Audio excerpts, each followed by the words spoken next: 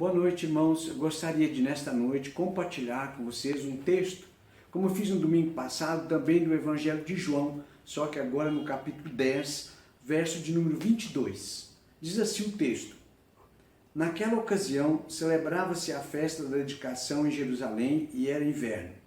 E Jesus caminhava dentro do templo, pelo pórtico de Salomão. Então os judeus rodearam Jesus para indagar-lhe: Até quando nos deixarás em dúvida? Se és o Cristo, dize-nos claramente. Respondeu-lhes Jesus: Eu já vos disse, e vós não acreditais. As obras que realizo em nome de meu Pai testemunham a meu favor. Mas vós não credes, porque não sois das minhas ovelhas, como já vos afirmei. As minhas ovelhas ouvem a minha voz, eu as conheço e elas me seguem. Eu lhes dou a vida eterna e elas nunca perecerão. Tampouco ninguém as poderá arrancar da minha mão. Meu Pai, que as deu a mim, é maior do que todos, ninguém é capaz de arrancá-las da mão do meu Pai. Eu e o Pai somos um. E por isso, uma vez mais, os judeus pegaram em pedras para apedrejá-lo. Mas Jesus os interpelou: Eu vos tenho revelado muitas obras boas da parte do meu Pai. Por qual destas obras vós quereis me apedrejar? Os judeus responderam-lhe assim: Por nenhuma boa obra nós te apedrejaremos, mas sim por blasfêmia e porque, sendo tu um simples homem, te fazes passar por Deus. Jesus lhes contestou: Não está escrito na vossa lei, eu disse, sois deuses? Se ele chamou deuses aqueles a quem veio a palavra de Deus e a Escritura não pode falhar, como vós dizeis daquele a quem o Pai santificou e enviou a esse mundo, tu blasfemas, porque vos declarei, eu sou o Filho de Deus? Se não faço as obras de meu Pai, não acrediteis em mim, mas se as faço, mesmo que não acrediteis em mim, crede nas obras, para que possais saber e compreender que o Pai está em mim e eu estou no Pai. Contudo, uma vez mais tentaram prendê-lo, mas ele se livrou das mãos deles. Muito bem, querido, o salmo mais conhecido, o Salmo 23, se não for o texto mais conhecido das Escrituras, certamente está entre as passagens mais lembradas da palavra de Deus. Escrito pelo salmista Davi, ele traz a sua mensagem de fé e confiança encartada numa linguagem figurada, valendo-se de um fato muito comum na região da Palestina, o trabalho de pastor e as ovelhas. Precisamente do que o pastor proporciona para o seu rebanho, realizando o seu trabalho. Por exemplo, sustento, ele diz, nada me faltará. Descanso, repouso em pastos verdejantes. Água, leva-me para junto das águas de descanso. Paz, refrigera minha alma. Orientação, guia-me pelas veredas. Proteção, ainda que eu ande pelo vale da sombra da morte. Consolo, o teu bordão e o teu cajado me consolam. Meus amados irmãos, no capítulo 10 do Evangelho de João, vemos Jesus usando a mesma figura de linguagem, o pastor e as ovelhas, para abrir os olhos dos seus ouvintes, neste caso aqui, judeus, para a pessoa dele e para a mensagem que ele trazia naquele momento para eles, a mensagem sobre vida eterna, sobre salvação. No início do capítulo 10, temos o Senhor declarando ser ele a porta das ovelhas. No verso 7, ele diz, eu sou a porta das ovelhas. Logo em seguida, Jesus também acrescentou, eu sou o bom pastor, no verso 11. Na verdade, o que faz o bom pastor? Além de prover o alimento, o descanso, a proteção, a orientação, o bom pastor dá a vida pelas ovelhas. Verso 15. Jesus disse, assim como o Pai me conhece e eu conheço o Pai e entrego a minha vida pelas ovelhas. Eles, porém, não compreenderam as palavras de Jesus. Pelo contrário, eles se dividiram. Alguns achavam que deveriam continuar ouvindo Jesus e outros diziam que Jesus estava endemoniado e por isso não merecia ser ouvido. Logo depois, alguns deles viram Jesus caminhando no pátio do templo e decidiram confrontar Jesus. Chegaram para Jesus e disseram, você é ou não é o Cristo? Como está aqui, no verso 24. Então os judeus rodearam Jesus para indagar-lhe, até quando nos deixarás em dúvida? Se és o Cristo, dize-nos claramente. Mas Jesus insiste nas figuras do bom pastor e das ovelhas, do pastor e das ovelhas, e declara que ele, como bom pastor, dá a vida eterna às suas ovelhas, verso 28, e que o Pai é quem as traz até ele. A pergunta que se levanta, meus queridos, é o que Jesus ensina nessa passagem a respeito do bom pastor, já que foi esta figura que Jesus usou para referir-se a si mesmo, eu sou o bom pastor. Em primeiro lugar, Jesus ensina que o bom pastor é o que conhece as ovelhas e estas o seguem. Verso 27. As minhas ovelhas ouvem a minha voz, eu as conheço e elas me seguem. Como eu já disse no começo do capítulo 10, Jesus começa a falar sobre as ovelhas no aprisco.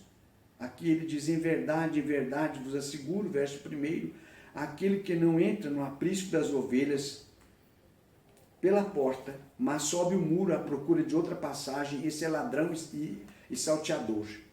Aquele que entra pela porta é o pastor das ovelhas. Para esse, o porteiro abre a porta do aprisco, as ovelhas ouvem a sua voz. Ele chama cada uma das suas ovelhas pelo nome e as guia para fora. E depois de conduzir para fora todas as que lhe pertencem, vai adiante delas e elas o seguem porque conhecem a sua voz.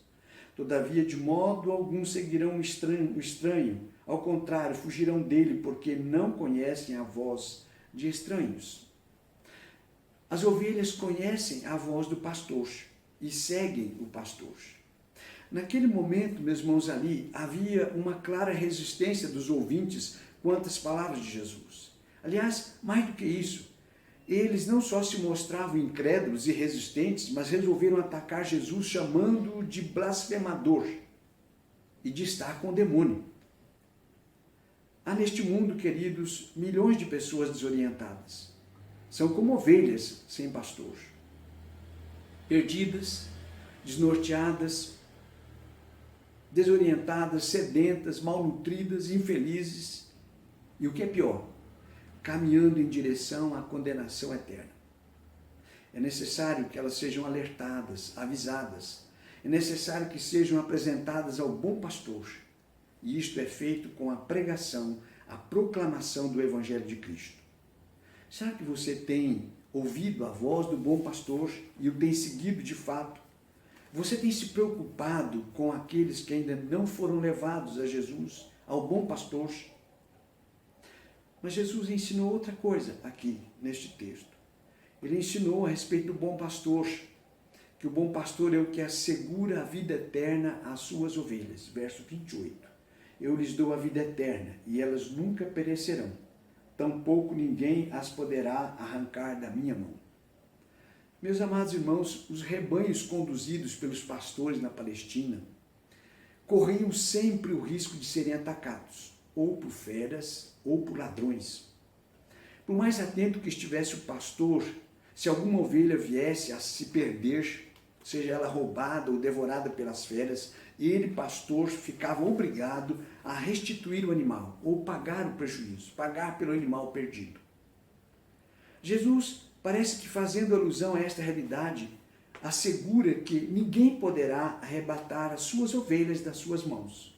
Verso 28. Eu lhes dou a vida eterna e elas nunca perecerão, tampouco ninguém as poderá arrancar das minhas mãos. Mas Jesus acrescenta, estrategicamente, propositalmente, que ninguém poderá arrebatar as ovelhas das mãos do Pai. Isso está no verso seguinte, o verso 29. Meu Pai que as deu a mim é maior do que todos, e ninguém é capaz de arrancá-las da mão de meu Pai. Ou seja, Jesus está procurando chamar a atenção dos ouvintes para a sua pessoa como o Cristo encarnado. Por isso ele disse, eu e o Pai somos um. E essa expressão, eu e o Pai somos um, como todos nós sabemos, também foi repetida em outro momento por Jesus. Mais à frente, quando Jesus estava consolando seus discípulos, lá no capítulo 14 do Evangelho de João, Confortando seus discípulos, Jesus precisou dizer a mesma coisa. Filipe se aproximou de Jesus e perguntou: mostra-nos o Pai. E Jesus disse: eu e o Pai somos um. Ele disse: quem vê a mim, vê o Pai. Ele até disse: por que dizeis, mostra-me o Pai? Quem vê a mim, vê o Pai. O verdadeiro discípulo de Cristo sabe que é Ele, o bom pastor, que afasta os perigos, porque ele sabe que está nas mãos do bom pastor.